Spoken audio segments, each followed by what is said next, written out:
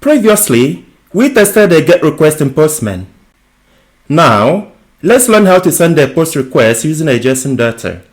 This is actually very simple. Click New, HTTP. We are going to use this URL. And remember, it is important to change this to POST. Select raw, and here we paste our JSON data.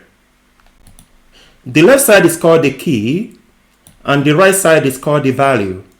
These curly braces represent one JSON object. Now let us click send.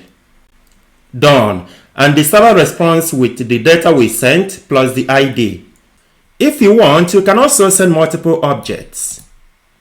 Let's try it. Let's copy what we've got here and use a square bracket. Inside here we can paste two different objects. The square bracket forms an array. We can change this to user ID 2. And remember, you need to separate each object using a comma. Now let's send again. There you go. Now as you can see, the server also created these very IDs for us. So basically, curly braces represent one JSON object, while square brackets represent an array, which lets you send multiple items. Always look out for code 201. This shows that our action was successful.